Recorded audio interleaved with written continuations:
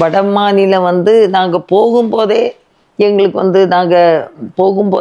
ரொம்ப ட்ராவல் எல்லாம் கொஞ்சம் கஷ்டமாக தான் இருந்தது. ஏன்னா எங்களுக்கு லாங் ஜேர்னி ட்ராவல் பண்ணி பழக்கமும் கிடையாது. இருந்தாலும் நாங்கள் கஷ்டப்பட்டு முதல் தடவை நாங்கள் வந்து அந்த கிராமத்துக்கு போய் சேர்ந்தோம். அந்த கிராமம் வந்து வகைன்னு சொல்லி ஒரு இடம். ஒரு மிஸ்டரி அவங்க லீவுக்கு போனாங்க. அவங்க வீட்டில் நாங்கள் தங்கியிருந்து குஜராத்தி மொழியை 5 மாதம் டீச்சர்கிட்ட கற்றுக்கிட்டோம். இப்போ ஹிந்தி ரொம்ப தேவைப்படாது. ஏன்னா அங்கே போனால் குஜராத்தி ஆதிவாசி மக்கள் பேசுகிறது குக்குனா மொழி. அப்போ குக்குனாவும் படிக்கணும், குஜராத்தியும் படிக்கணும். முதலாவது குஜராத்தி படித்தோம். படிச்சுட்டு ரொம்ப கஷ்டம். நிறைய இந்த மூங்கில் தட்டி வீடுகள் தான். மேலே ஓடுகள் போட்டிருப்பாங்க, அதுக்கு மேலே இந்த புல்லெல்லாம் போட்டிருப்பாங்க. அப்படி கஷ்டமான இடத்துல தான் நாங்கள் இருந்தோம். திருப்பி ஒரு 5 மாதம் கழித்து எங்களை வந்து பிப்பல்வாடான்னு ஒரு கிராமத்திற்கு அனுப்புனாங்க. அது வந்து குஜராத்தில் இந்த டாங்கு ஜில்லாவில் குக்குனா மொழி பேசக்கூடிய மக்கள் மத்தியில். அப்போ நாங்கள் வந்து போகிறதுக்கு எங்களுக்கு பஸ் வசதி கிடையாது. 21 கிலோமீட்டர் நடந்து தான் போனோம். அப்போ ஃபஸ்ட்டு நாங்கள் 10 கிலோமீட்டர் நடந்தோம். அந்த மாட்டு வண்டியில் எல்லா பொருட்களையும் லோடிங் பண்ணிட்டு அதுக்கு பின்னாலே 10 கிலோமீட்டர் நடந்து போகும்போது ஒரு பெரிய காட்டாறு, நல்ல அகலம், தண்ணியெல்லாம் சோன்னு அடிச்சுக்கிட்டு வருது. ஆனால் பாலம் கிடையாது. என்ன செய்யுது, ரொம்ப கஷ்டமாக இருந்தது. அப்போ அங்குள்ள ஆதிவாசி ஜனங்கள் 3 பெரிய தேக்கு மர தடிகளை ஒன்றோட ஒன்று கட்டி அந்த தடிக்க மேலே எங்களுக்கு ஒரு இரும்பு பெட்டி, துணி வைக்கிற பெட்டி, அதை தூக்கி வச்சு அதுக்கு மேலே எங்கள் 2 பேரையும் உட்கார வச்சு அவங்க இழுத்து கொண்டு போனாங்க. இப்போ ஏன்னா ஹஸ்பண்டுக்கு நீச்சல் தெரியும், ஆனால் எனக்கு நீச்சல் தெரியாதனால அவங்க எனக்கு துணைக்கு வந்து தான் ஆகணும். அப்படி ரொம்ப அகலமான ஒரு காட்டாறு. அதில் நாங்கள் ரொம்ப கஷ்டத்தோடு அடுத்த கரைக்கு போய் சேர்ந்தோம். அதில் இழுத்து கொண்டு போய் எங்கள் பொருட்களை எல்லாம் அவங்க தலையில் வச்சு கட்டி நீச்சல் இட்டு அப்படியே கொண்டு வந்து எல்லாம் தந்து அதுக்கு அடுத்த கரையில் வேறு மாட்டு வண்டி ரெடியாக இருந்தது. அதில் லோடிங் பண்ணி தந்தாங்க. திருப்பியும் 11 கிலோமீட்டர் நடக்கணும். அப்போ ரொம்ப காலுக்கு கஷ்டமாக இருந்து அப்போ அந்த மாட்டு வண்டியில் அந்த லோடெல்லாம் ஏற்றின பிறகு அதுக்கு மேலே கொஞ்ச நேரம் ஏறி உட்காந்து போய் பார்த்தோம். ஆனால் அந்த வழி இல்லாத இடத்துல அது ஆடி அசைஞ்சு போனது, எங்களுக்கு மேலே உட்காரவும் முடியலை. சரி, பிறகு திருப்பி கீழே இறங்கி நாங்கள் நடக்க ஆரம்பித்தோம். நடந்து 11 கிலோமீட்டர் நடந்து அந்த அடர்த்தியான ஒரு காடு தான், காட்டுக்குள்ளே போய் சேர்ந்தோம். அங்கே உள்ள கவர்மெண்ட் கணக்குப்படி 200க்கு அதிகமான புலிகள் உண்டு இந்த காட்டுக்குள்ள.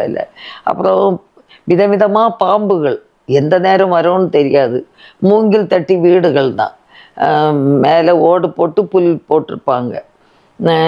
பிறகு அந்த நாட்கள் 1981 நாங்கள் அங்கே போய் சேருவோம். நாங்கள் போய் குக்குனாவையும் படித்து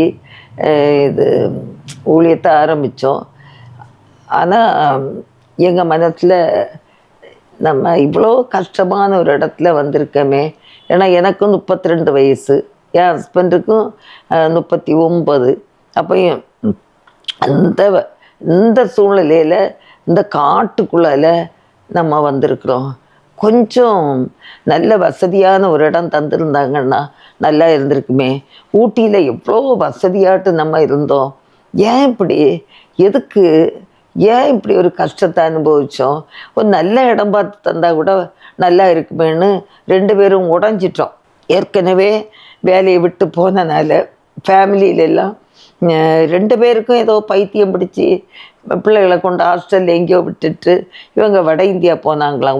ஊழியம்னு. என்ன ஊழியம்? கவர்மெண்ட்டு வேலைகளை எல்லாம் விட்டுக்கிட்டு இப்படி ஊழியம்னு போயிருக்காங்க. 2 பேருக்கும் பைத்தியம் அப்படின்ட்டு ஃபேமிலியில் எல்லாம் கசபசுன்னு கொஞ்சம் பேசிக்கிட்டு இருக்காங்க.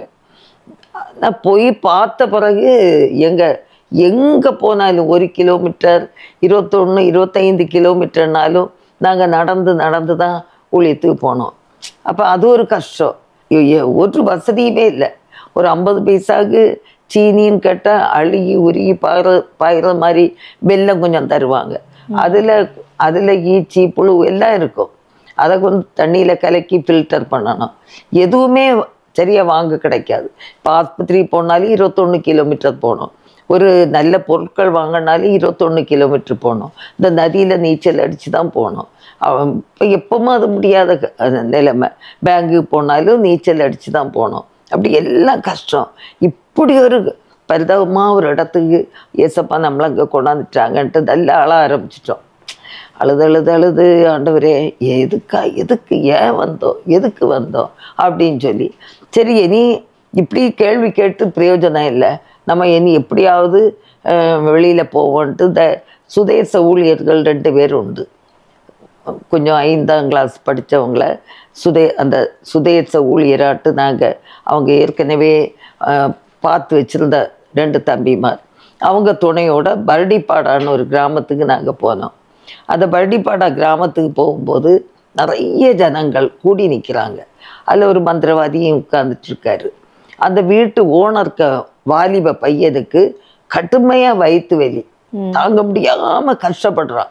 அப்போ இந்த மந்திரவாதி நிறைய 100கணக்கான ஊசிகளை பழுக்க வச்சு அந்த தொப்புளை சுற்றி நிறைய சூடு அப்படி குத்தி சூடு போடுறான். அப்படி நிறைய சூடு போட்டு 5 இடத்துல 10 பைசா வட்டம் அளவுக்கு 5 இடத்துல சூடு போட்டிருக்கான். அவங்க எப்போவுமே மந்திரவாதிகிட்ட கூப்பிட்டு வலிக்கிற இடத்துல சூடு போடுற பழக்கம் உண்டு. அதுபோல் அந்த சகோதரனுக்கு தொப்புளை சுற்றி 5 இடத்துல சூடு போட்டு. அப்போ நாங்கள் போன உடனே தானே அவங்க எங்களை பார்த்தாங்க. அப்போ நாங்கள் சொன்னோம், இயேசு அச்சாகேன்னு சொன்னோம். இயேசு நல்லவர் அப்படின்னு சொன்னோம்.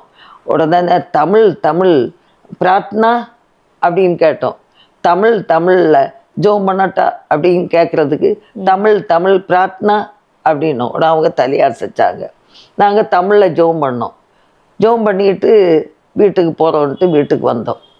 நைட்டு ப்ரேயர் பண்ணிகிட்டே இருந்தோம்.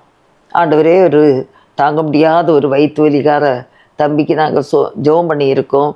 நீங்கள் தான் அற்புதங்கள் செய்யணும், நாங்கள் வந்த நோக்கத்தை நீங்கள் நிறைவேற்றணும் அப்படின்னு சொல்லி நைட்டு ஜெபம் பண்ணிட்டு படுத்தோம். காலையில் தூங்கி முழிக்கிறோம். திரள் கூட்டம், ஜனங்கள் எல்லாம் வராங்க, கிராமமே வராங்க. நீ இயேசு அச்சாகேன்னு சொன்னா இல்லையா, இயேசு நல்லவர்னு சொன்னா இல்லை, உண்மையிலேயே அந்த இயேசு நல்லவர் தான், நாங்கள் ஏற்றுக்கொள்கிறோம். என் பையனுக்கு அந்த வயிற்று வலி எங்கே போச்சுன்னே தெரியல அப்படின்னு சொல்லி சந்தோஷமாக ஆண்டவரை ஏற்றுக்கொண்டாங்க.